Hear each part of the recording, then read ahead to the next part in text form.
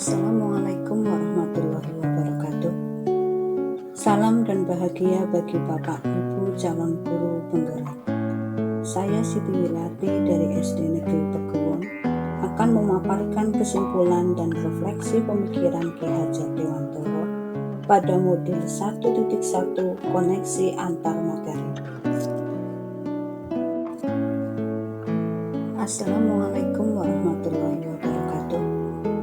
Salam dan bahagia bagi Bapak Ibu calon guru penggerak. Saya Siti Wilati dari SD Negeri Pegewon akan memaparkan kesimpulan dan refleksi pemikiran Ki Hajar Dewantoro pada modul 1.1 koneksi antar materi. Kekuatan konteks sosial kultural di daerah yang sejalan dengan pemikiran Ki Hajar Dewantoro adalah nilai religius, nilai gotong royong, berkebinekaan global, nilai berbagi. Pemikiran Ki Hajar Dewantoro dikontekstualkan sesuai dengan nilai-nilai luhur kearifan lokal budaya daerah asal seperti di masyarakat dan di sekolah. Bersikap dan bertutur kata santun, berakhlak mulia, menghargai budaya lokal, serta mengembangkan budaya sesuai kodrat alam adalah satu kekuatan pemikiran Ki Hajar Dewantoro yang menebalkan laku murid di kelas atau sekolah sesuai dengan konteks lokal sosial budaya di daerah yang diterapkan.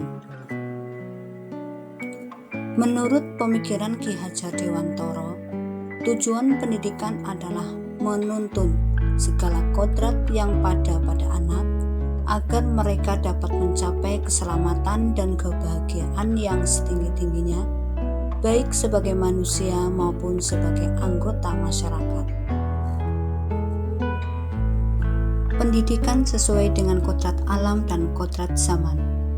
Trilogi pendidikan Ki Hajar Dewantoro, Ingarso Sung Tulodo, artinya di depan memberi contoh, Ing Madya Mangun Karso, artinya di tengah memberi semangat, dan Tutwuri Handayani, artinya di belakang memberi dorongan.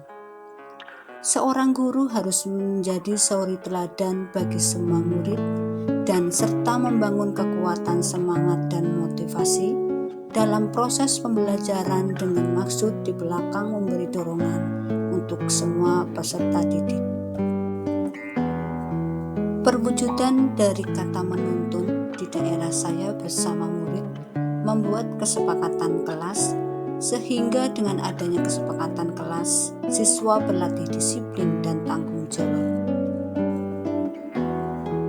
Pendidikan di Indonesia perlu mempertimbangkan kodrat alam dan kodrat zaman karena pendidikan upaya memajukan budi pekerti dengan menggunakan syarat kodrat alam dan kodrat zaman, sehingga pendidik dapat menuntun anak tidak salah arah. Selain itu, pendidik mengantarkan kebulatan jiwa, kebijaksanaan, dan sejatinya kodrat anak adalah bermain. Relevansi pemikiran Ki Hajar Dewantoro tentang pendidikan yang berhamba pada anak dengan peran saya sebagai pendidik mengetahui perkembangan anak dan sosio-kultural pendidikan, memberi arahan dan bimbingan sesuai dengan tahap anak, yaitu perkembangan anak sesuai kodrat anak melalui budi berupa cipta, rasa, dan karsa, sedangkan pekerti melalui tenaga. Proses pembelajaran yang merefleksikan atau mencerminkan pemikiran Ki Hajar Dewantoro yaitu dalam proses pembelajaran agar siswa lebih tertarik memahami materi, guru mengajak anak belajar sambil bermain melalui arahan dan bimbingan secara individu maupun berkelompok, sehingga guru menuntun anak sesuai dengan kodrat dalam mencapai kebahagiaan yang setinggi-tingginya, mencapai keselamatan dan juga kebahagiaan. Sebelum mempelajari modul 1.1, pembelajaran yang saya lakukan yaitu Jika nilai murid sudah mencapai KKM, dinyatakan bahwa pembelajaran sudah berhasil. Pembelajaran berpusat pada guru atau menggunakan metode teacher center. Murid hanya sebagai objek pembelajaran. Selain itu, tidak mempedulikan apakah murid sudah benar-benar paham. Hanya meminta siswa menghafal materi saja, sering merasa gagal dan mengeluh jika banyak murid yang tidak tuntas setelah melakukan evaluasi. Apa yang berubah dari pemikiran atau perilaku Anda setelah mempelajari modul ini? Setelah saya mempelajari modul 1.1 tentang pemikiran Ki Hajar Dewantara, saya menyadari bahwa apa yang saya pikirkan dan saya lakukan selama ini tidak tepat karena tidak sesuai dengan apa yang menjadi pemikiran dan perilaku sesuai modul. Setelah saya mempelajari modul 1.1, saya menyadari bahwa seharusnya saya melakukan proses pembelajaran secara menyeluruh aspek pembelajaran, yaitu 1. Kognitif, 2. Afektif, 3. Psikomotorik, 4. Spiritual, 5. Sosial, 6. Budaya.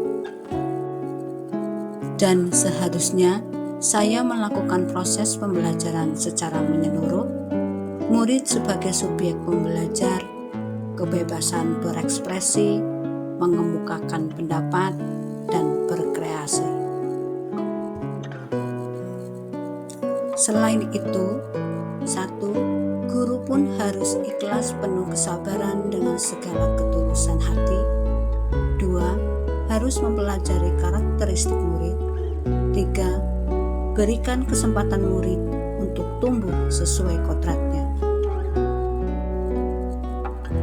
Yang dapat saya terapkan dalam pembelajaran di kelas antara lain, merancang pembelajaran yang interaktif dan menyenangkan dengan melibatkan murid sesuai dengan metode student center.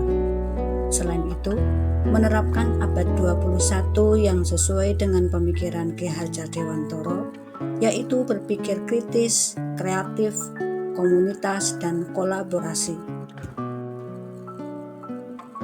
Pengajaran dan pendidikan tidaklah sama. Pengajaran adalah bagian dari pendidikan. Pengajaran adalah proses pendidikan dalam memberi ilmu untuk kecakapan hidup anak secara lahir dan batin.